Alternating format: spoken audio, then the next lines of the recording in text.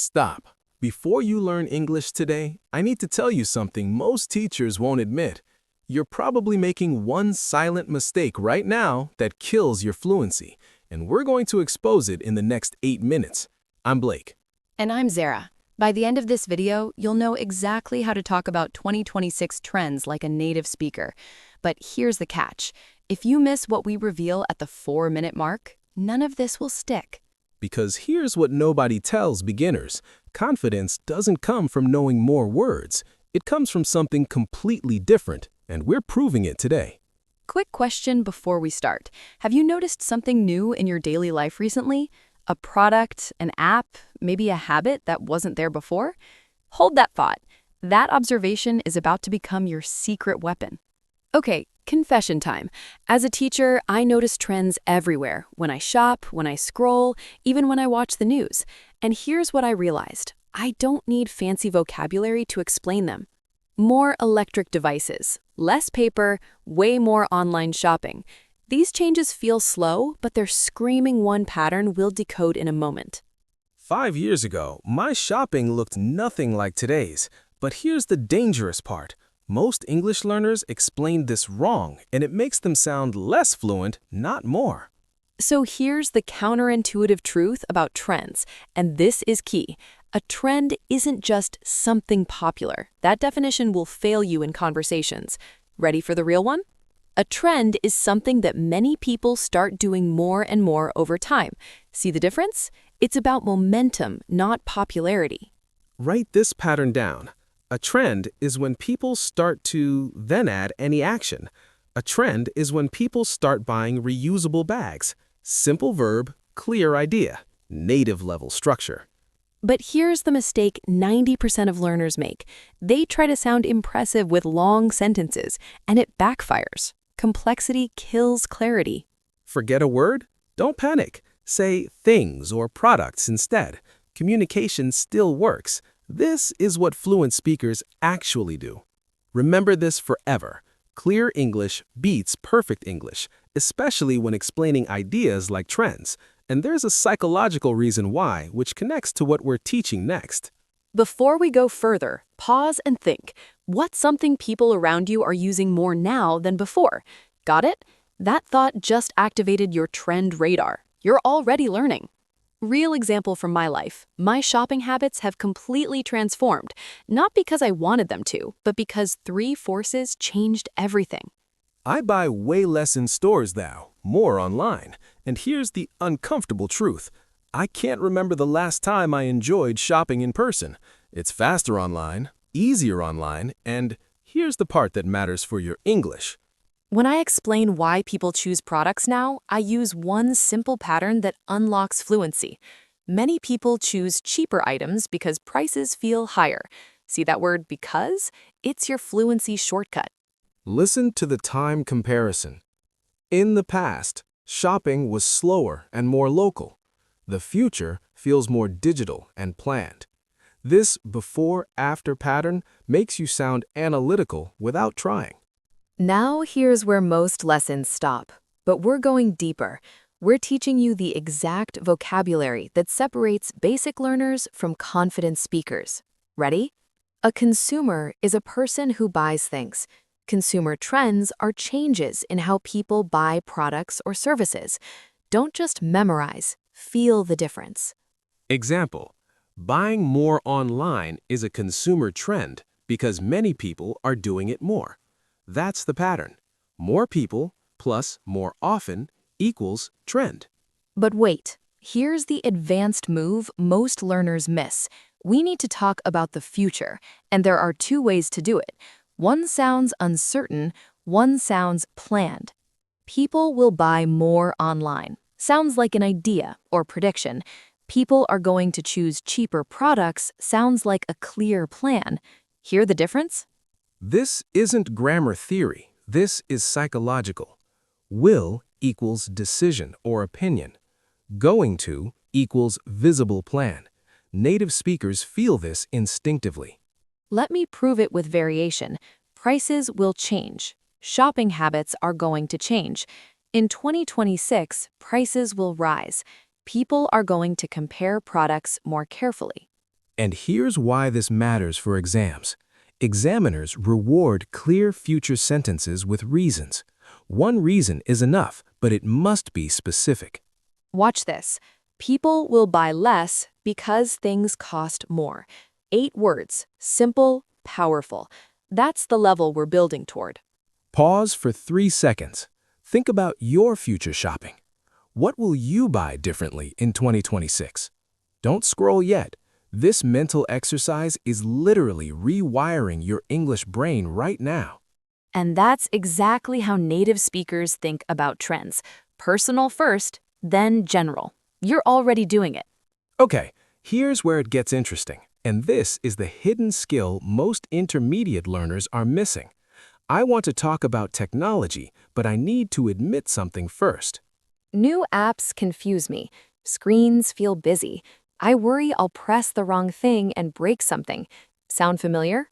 Here's the twist. That feeling is your advantage. Because here's the small story with a solution. I watch, I try slowly, and soon the technology feels normal and useful. That emotional journey, that's exactly what native speakers describe when they talk about change. And there's a scientific reason why admitting confusion makes you sound more fluent, not less. Native speakers show vulnerability. Textbooks hide it. So here's your new learning goal, and this is the 4-minute mark I warned you about. You're learning how to describe change using simple adjectives and time phrases. But here's the catch. Adjectives aren't just descriptive, they're emotional. New, fast, easy, confusing, helpful. These words carry feeling. That's why they stick in conversations. Time phrases organize chaos. Now, before, in the future. 3 words that structure any trend conversation without complex grammar. Listen carefully to this pattern. Now, technology is faster and smaller, but before it was slower and bigger. Notice the rhythm? That's not accidental. Another example. In the future, services will be more online and more personal. You're not listing facts, you're building a narrative arc. And here's the secret most teachers won't tell you. We're not studying grammar rules. We're observing how words work together to create mental images of time and change. Exactly. Simple grammar plus clear meaning equals your goal. You don't need perfect sentences to explain complex ideas. You need strategic simplicity. Example. Now it is easier. In the future, it will be even easier. 2 sentences, 13 words. Perfect English. But most learners sabotage themselves here by overthinking. They pause, self-correct, apologize. Don't. Communication trumps perfection every single time. Real-world test. Think silently. Is technology helping you now more than before? Whatever your answer, you just practiced comparing time in English. That's the skill. And if you're still watching, you're in the top 30% of viewers who actually commit to fluency. This next section is only for you. Here's the comparison nobody teaches correctly. Before, life felt slower and choices felt more limited. People went to stores, paid in cash, waited for products. Now, life feels faster. We order online, pay by phone, expect instant service. But here's the dangerous assumption most learners make. They think this comparison is complete. It's not. Because there's a third layer. In 2026, these trends will continue, but with a twist. Services will be quicker, yes. Choices will be wider, yes. But something else will matter more than speed. People will plan more carefully because money, time, and technology all matter more, not less. That's the counterintuitive insight. More options equals more strategy required. Now stop and notice what we just did. We taught you a comparison pattern without mentioning grammar once. Before it was, then now it is, and in the future it will be. This pattern isn't about rules. It's about guiding your listener's brain through time without them noticing the structure. That's mastery. Let me prove it with different words. In the past, things were slower. Today, things are faster. In the future, things will probably be even faster and more digital. Same structure, different words, same clarity. That's the pattern you'll use for the rest of your English-speaking life. And here's why repetition just happened. Confidence comes from recognition, not novelty. You're not learning new ideas, you're learning clearer ideas. Because comparing ideas is infinitely more important than using difficult vocabulary or constructing long sentences, period. Mistakes? Normal. Clear thinking plus simple English, enough to communicate at a professional level in any country. Final reflection before we reveal the vocabulary bank. What was different in your life before, and what do you expect in 2026? Hold that thought for 10 more seconds. Because that question keeps your English active, you're practicing comparison, which is the most underrated adult speaking skill in existence. You're doing real cognitive work right now, and we're about to give you the exact words to crystallize it. Stay with us. Okay, full teacher mode now. We're building a vocabulary bank. But here's the rule. We're only giving you 10 words, not 50, not 100, 10 powerful words that unlock thousands of conversations. Why? Because remembering a few useful words beats drowning in difficult words you'll never use. Simple words are weapons. Here we go. Word 1, trend. A trend is something many people do more over time. Example, online shopping is a trend. Write it. Word 2, product. A product is something you buy or use. Example, a phone is a product. A bag is a product. Feel the simplicity. Word 3, price. Price is how much something costs. Example, the price is high. The price is low. This word appears in every economic conversation. Word 4, online. Online means using the internet. Example, I shop online at home. This single word replaced 10 words from 20 years ago. Word 5, popular. Popular means many people like it. Example, this product is popular now. Notice how it connects to trend. Word 6, change. Change means something becomes different. Example, shopping habits change over time. This is your anchor verb for all trend conversations. Word 7, future. The future is time after now. Example, in the future, people will shop differently. Time freezes need this word. Word 8, customer. A customer is a person who buys something. Example, the customer pays online. Different from consumer, more personal. Word 9, service. A service is help you pay for. Example, delivery is a service. Products are physical, services are actions. Word 10, technology. Technology means tools like phones or apps. Example, technology helps shopping. This word appears in 80% of trend discussions. Replay this section tonight. Trend, product, price, online, popular, change, future, customer, service, technology. 10 words, infinite combinations. You don't need all 10 today. Even 4 or 5 gives you conversational power immediately. That's the efficiency fluent speakers use. Here's where most lessons die. The end. Teachers summarize, students forget, retention plummets. We're doing the opposite. The strongest insight is coming now.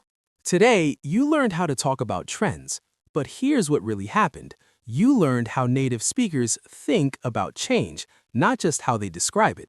We talked about shopping changes, online buying, prices, habits, but underneath, we taught you psychological patterns that work in any conversation.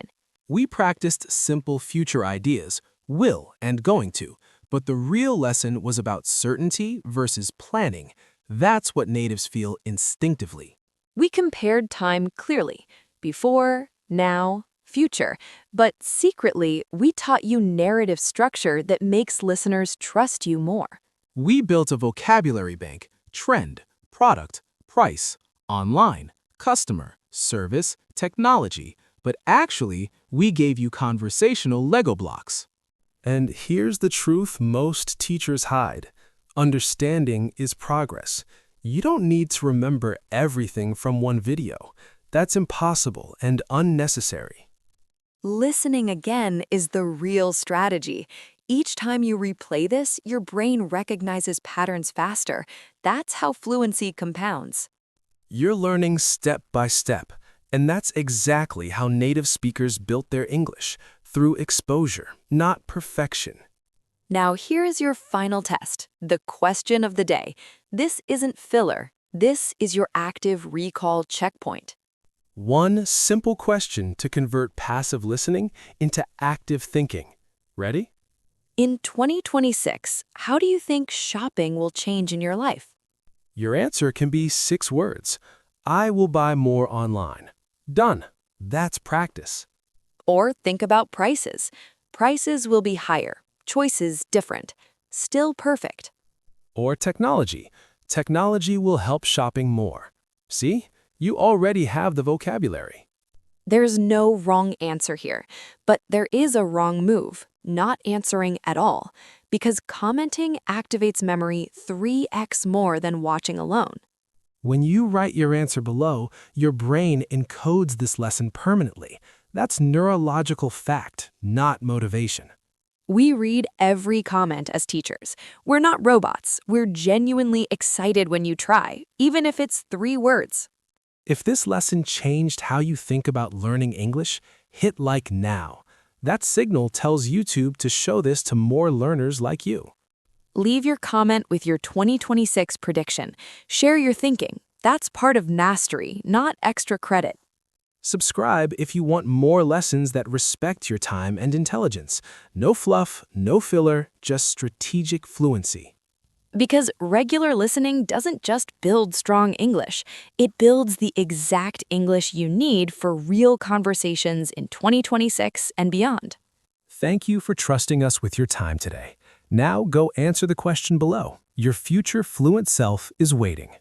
Keep going with confidence. You're closer than you think.